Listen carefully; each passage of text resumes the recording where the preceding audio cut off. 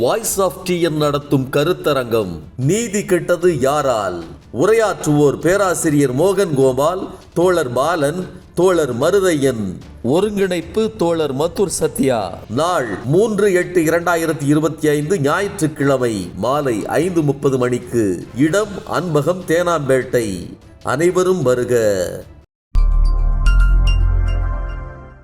Tribes நேயர்களுக்கு வணக்கம். பிரஜ்வல் ரேவண்ணா நூற்றுக்கணக்கான பெண்களை பாலியல் வன்கொடுமை செஞ்சு அதை வீடியோவா பதிவு வச்சிருந்தாரு. கிட்டத்தட்ட 3000 வீடியோக்கள் வெளியாச்சு. நாடு முழுக்க இது பெரும் அதிர்ச்சியை உண்டாக்குச்சு. ஆனா எந்த வீடியோலையும் ஒரு வீடியோல கூட பிரஜ்வல் ரேவண்ணாவோட முகம் தெரியாத அளவுக்கு, பதியாத அளவுக்கு கிளவரா அந்த வீடியோக்கள் எடுக்கப்பட்டிருந்தது. இந்த நிலையில பிரஜ்வல் ரேவண்ணா தான் அதை செஞ்சாரு அப்படின்றது எப்படி நிரூபிக்கப்படும் அப்படின்னு ஒரு பெரிய கேள்வி இருந்துட்டு இருந்தது.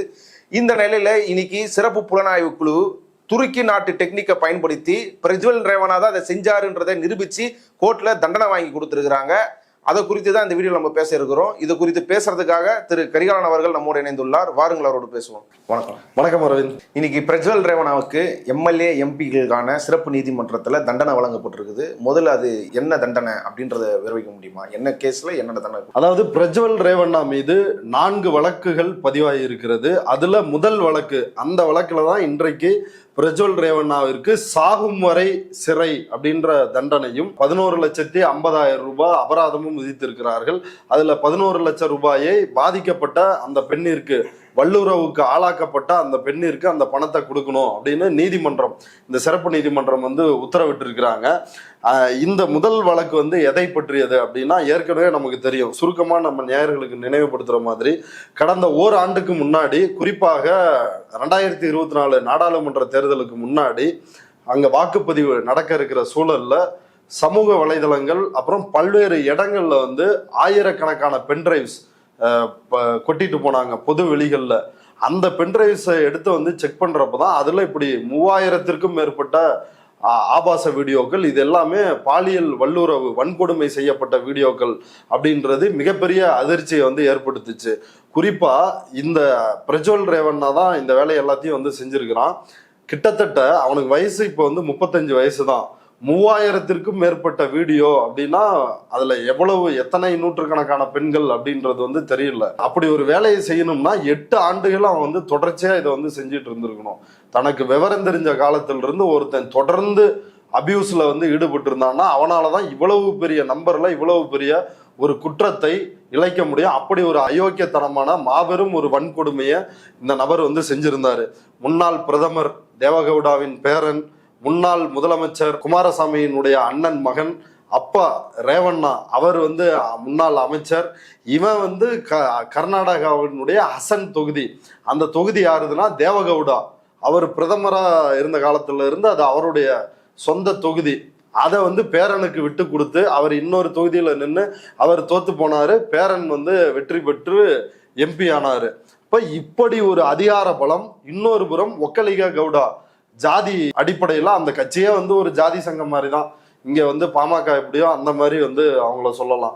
அப்படி ஒரு கட்சி தான் அவங்க. ஆனா கட்சிக்கு பேர் மற்றும் மதச்சார்பற்ற ஜனதா தளம் அப்படின்னு வச்சுக்கிட்டாங்க. இப்ப இன்றைக்கும் குமாரசுவாமி ஒன்றிய அரசில் அவர் அமைச்சரா இருக்கிறாரு. ஒன்றிய அமைச்சராக அவர் செயல்பட்டு இருக்கிறாரு. இவ்வளவு அதிகாரம் கொண்ட ஒரு குடும்பத்தை சார்ந்தவர் தான் பிரஜ்வல் ரேவண்ணா. இத்தனை ஆயிரக்கணக்கான நூற்றுக்கணக்கான பெண்களை தன்னுடைய அதிகாரத்தை, தன்னுடைய சாதி அதிகாரத்தை, தன்னுடைய சமூகத்தில் இருக்கின்ற அரசியல் அதிகாரத்தை பயன்படுத்தி ஒருத்தரை கூட விட்டு வைக்காம இவ்வளவு பெரிய ரேப்பை பண்ணி இன்றைக்கு சாகும் வரை சிறை அப்படின்ற ஒரு தண்டனை கொடுத்துருக்குறாங்க.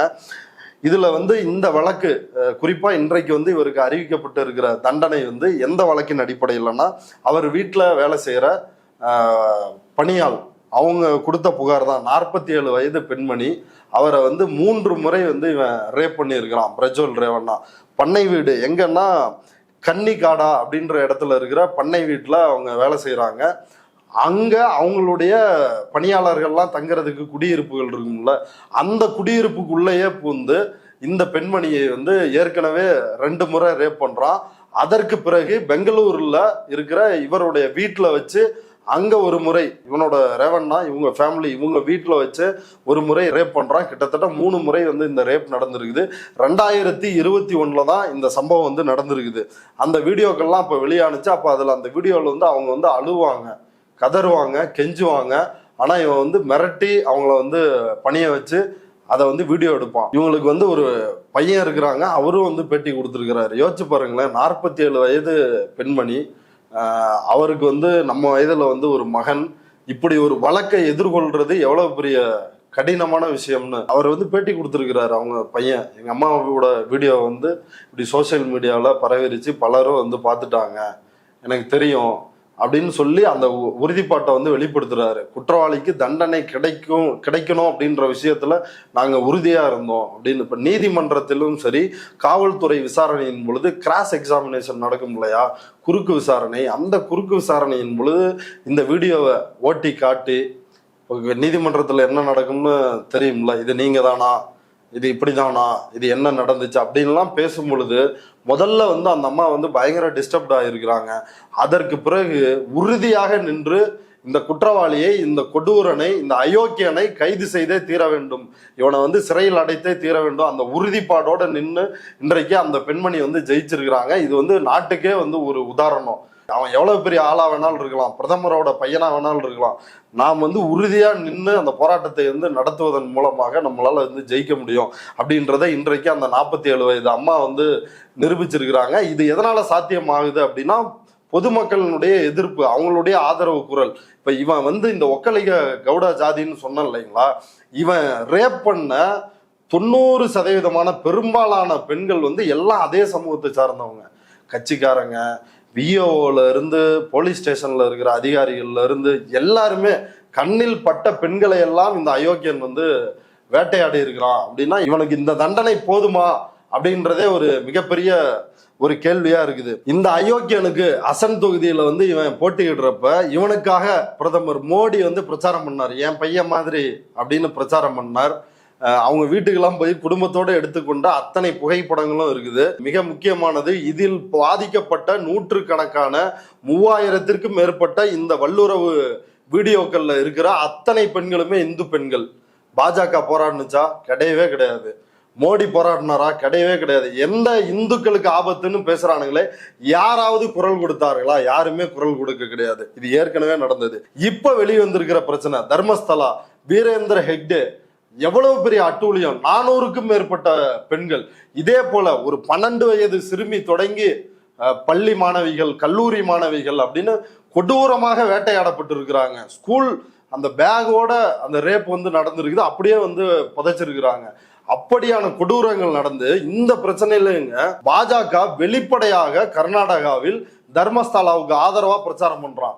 இதுல பெரும்பாலான பெண்கள் வந்து பிராமின் பொண்ணுங்க.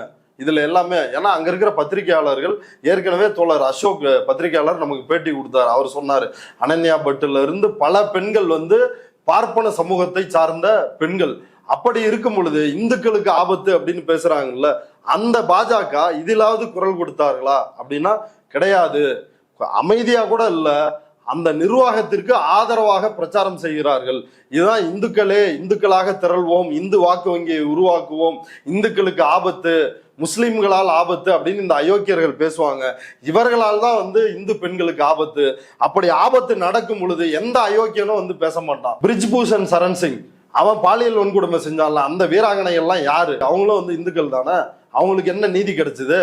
அப்ப இதுல காங்கிரஸ் கவர்மெண்ட் வந்து அங்க கொஞ்சம் ஸ்ட்ராங்கா இருந்து இதை வந்து டெக்னிக்கலா டீல் பண்ணி இந்த வழக்கை வந்து முடிச்சிருக்கிறாங்க அப்படின்றது காங்கிரஸ் அரசின் மீது நம்பிக்கை இல்லாமல் இருந்த சூழலிலும் தங்களுடைய நம்பிக்கையை வந்து மக்களுடைய நம்பிக்கையை பெறும் விதமாக இந்த வழக்கை வந்து ஒரு முறையா நடத்தி எஸ்ஐடி கிட்டத்தட்ட 14 மாதங்களுக்குள் இந்த குற்றம் வந்து நிரூபிக்கப்பட்டிருக்குது அப்படின்றது ஒரு வரவேற்கக்கூடிய ஒரு விஷயமா பார்க்க வேண்டியது. இந்த 3000 வீடியோக்கள்ல ஒரு வீடியோல கூட இவரோட முகம், பிரஜ்வல் ரேவண்ணாவோட வந்து முகம் பதியப்படலை. அப்படி இருக்கும்போது இவர் தான் இதை செஞ்சாருன்றத சிறப்பு புலனாய்வு குழு எப்படி நிரூபிச்சுது?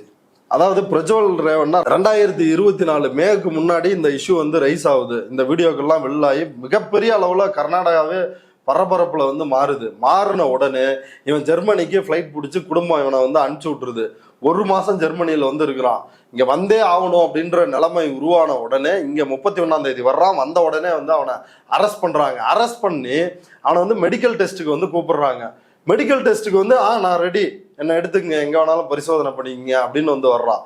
ஆனா அதுக்கு பிறகு இந்த special investigation team PK Singh தலைமையிலான இந்த சிறப்பு புலனாய்வு குழு என்ன சொல்லுதுன்னா, உன்னோட பாடி பார்ட்ஸை வந்து நாங்க போட்டோஸ் எடுக்கணும், வீடியோஸ் எடுக்கணும் இந்த வழக்கு விசாரணைக்காக அப்படின்னு வந்து சொல்றாங்க.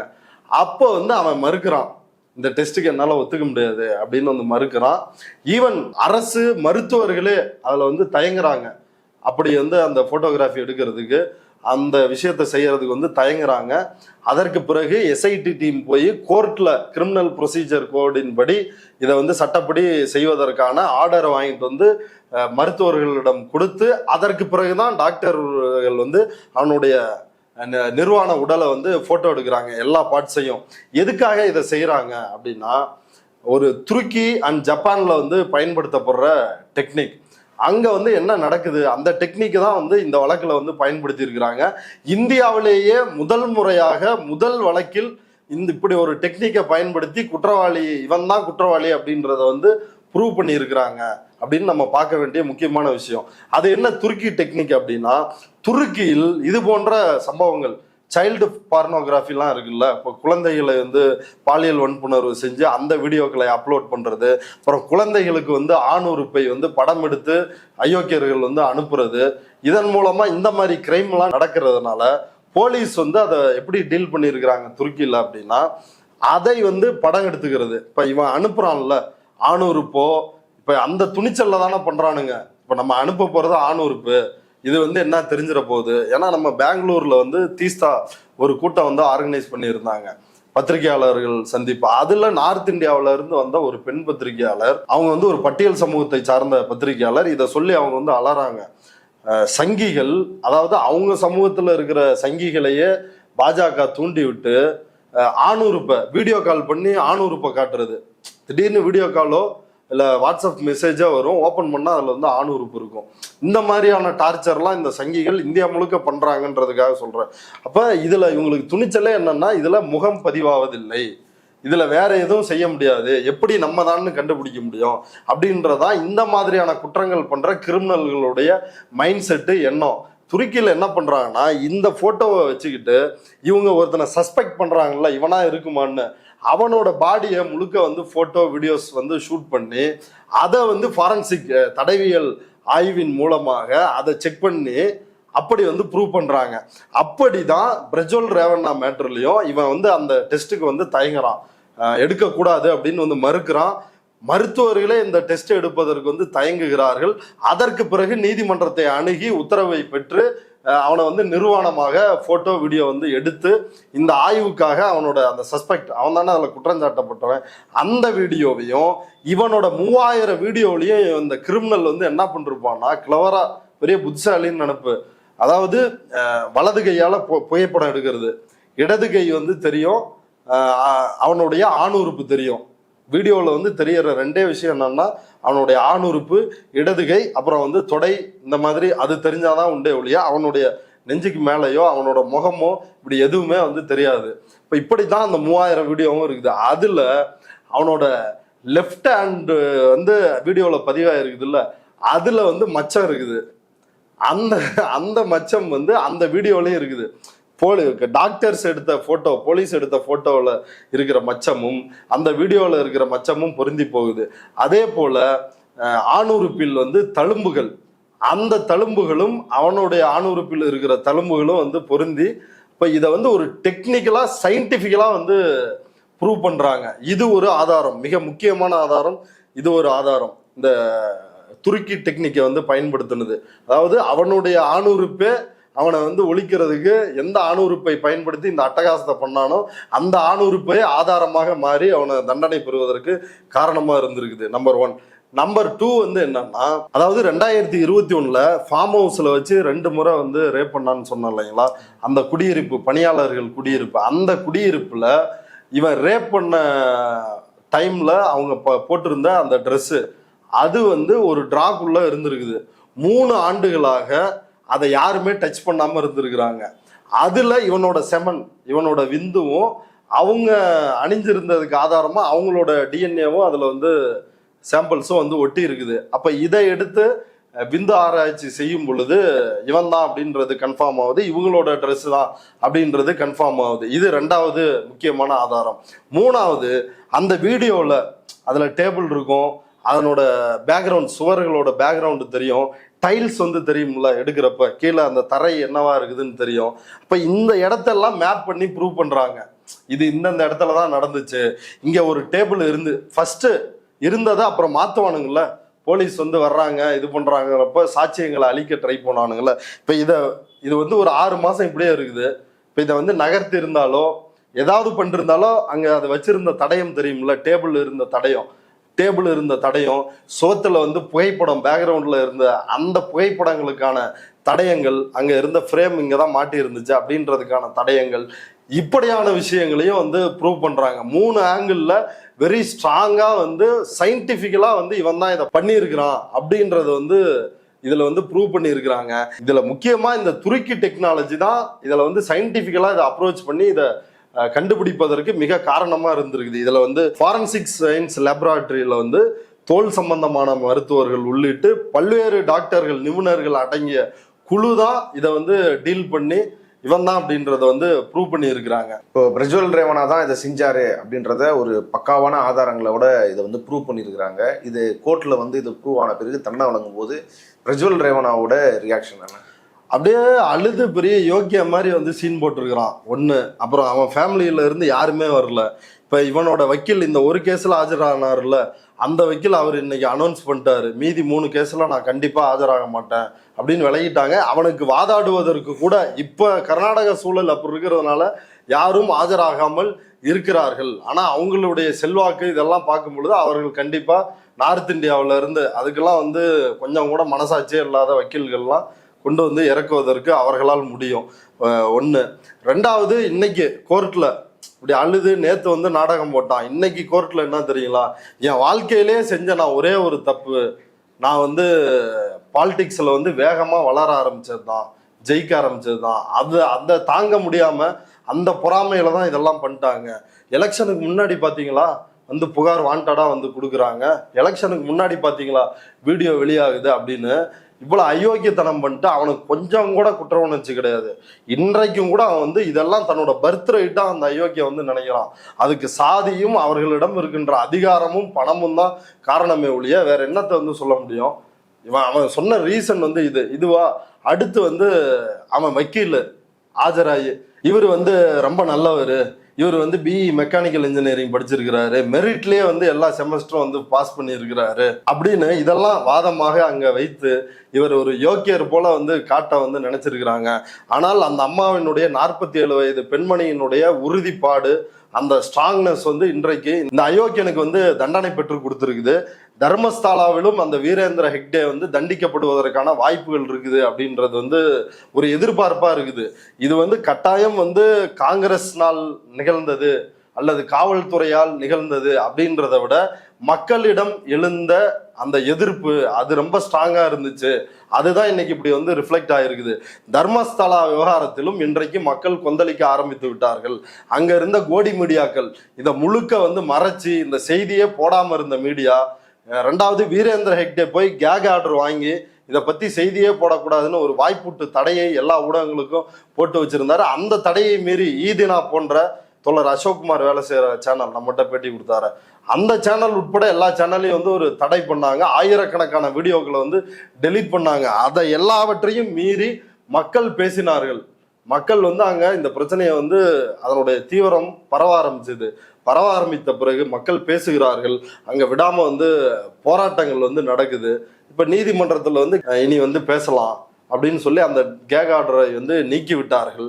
இப்ப வந்து ரேட்டிங்காக, டிஆர்பிக்காக அங்க இருக்கிற எல்லா மெயின் ஸ்ட்ரீம் ஊடகங்களும் இப்போ அதை வந்து பேச ஆரம்பிச்சுட்டானுங்களாம். இப்போ இந்த வழக்கிலும் வந்து மக்கள் எந்த அளவுக்கு உறுதியோட இதுல வந்து நீதி கிடைக்கணும் அப்படின்னு அந்த போராட்டத்தில் இருக்கிறார்களோ அதை பொறுத்து தான் நீதிமன்றங்கள் நீதி வழங்குகின்ற இடத்துல வந்து இருக்குது. அந்த வழக்கிலும் குற்றவாளிகள் வந்து தண்டிக்கப்படுவதற்கு அதிக வாய்ப்புகள் இருக்குது அப்படின்றதான் கர்நாடகாவில் உள்ள பத்திரிகையாளர்களுடைய நம்பிக்கையா இருக்குது. ஏன்னா அங்கேயும் வந்து நேற்று 5 குழி தோண்டி எதுவும் கிடைக்காத நிலையில 6வது குழியில 25 எலும்புக்கூடு, மண்டை ஓடு சிதைந்த நிலையில் வந்து ஒரு முழு உடல் இப்படியெல்லாம் வந்து கிடைச்சிருக்குது. அப்புறம் இன்னொரு குழியில வந்து மேலாடை, பெண்ணினுடைய மேலாடை, ஏடிஎம் கார்டு, இது எல்லாமே. அங்கேயுங்க வைஸ் பிரசிடென்ட், அந்த ஊரினுடைய பஞ்சாயத்து தலைவர், அவன் வந்து வெளிப்படையா வந்து வீடியோவில் ஆதரிக்கிறான். அதே போல தர்மஸ்தலாவுக்கு ஆதரவாக பாஜகவினர் வெளிப்படையா வந்து செயல்பட்டு இருக்கிறாங்க. அப்ப இந்த தடையெல்லாம் மீறி இந்த மக்கள் போராட்டம் தான் வந்து மக்கள் எந்த அளவுக்கு உறுதியா இருக்கிறாங்களோ அதை பொறுத்து தான் அந்த போராட்டம் வந்து வெல்லுமா, குற்றவாளிகள் தண்டிக்கப்படுவார்களா அப்படின்றது இருக்குது. இதுல இருந்து தமிழ்நாட்டு மக்கள் ஒரே ஒரு செய்தி தான், பாஜக ஆட்சிக்கு வந்தால் என்ன நடக்கும் அப்படின்றதுக்கு பிரஜ்வல் ரேவண்ணா மிகப்பெரிய உதாரணம். அதே போல தர்மஸ்தலா கோயிலின் பெயரால், இந்து கோயிலின் பெயரால் இந்து பெண்கள், அதுவும் பார்ப்பன பெண்கள் வந்து வேட்டையாடப்பட்டிருக்கிறாங்க. அதெல்லாம் தான் நடக்கும். இதுல பியூட்டிலையும் பியூட்டி பாருங்களேன். இப்போ நம்ம வந்து பாஜக வந்து ஏன் போராடலன்னு வந்து கேட்குறோம். பாஜக தலைவர் முன்னாள் சிஎம் எடியூரப்பா, அந்த அயோக்கியன், அவன் மேல என்ன தெரியுங்களா கேஸு? அவன் ஜாதியை சார்ந்த ஒரு பொண்ணு, ஒரு 17 வயசு சிறுமி, அவங்க அம்மா வந்து கூப்பிட்டு வராங்க, இந்த பொண்ணை வந்து செக்ஷுவலாக அப்யூஸ் பண்ணிட்டாங்க, நாங்கள் வந்து போலீஸ் ஸ்டேஷனுக்கு போனோம், எங்கே போனோம், எங்களுக்கு வந்து நீதி கிடைக்கல, நீங்கள் தான் நீதி வாங்கி கொடுக்குறோம் அப்படின்னு கூப்பிட்டு போகிறாங்க. அவன் வந்து அந்த சாதியை சார்ந்தவன் தான் அவன், இவனும் எடியூரப்பாவும். இவன் போன உடனே அம்மாவை தனியாக அனுப்பிச்சி விட்டு பொண்ணை இவன் திரும்ப அப்யூஸு. போக்சோ கேஸ் இருக்குது அவன் மேலே. அப்போ இப்படிப்பட்ட கிரிமினல்கள் தான், எப்படி தமிழ்நாட்டு பாஜகவுக்கு சலிக்காத பாஜக தான் இந்தியா முழுக்கும் இருக்குது அப்படின்றதையும் மக்கள் புரிஞ்சுக்க வேண்டியது இருக்கு. இவ்வளவு நேரம் இந்த செய்தி குறித்து விரிவாக உங்க கருத்துக்களை பகிர்ந்து கொண்டதுக்கு நன்றி. நன்றி.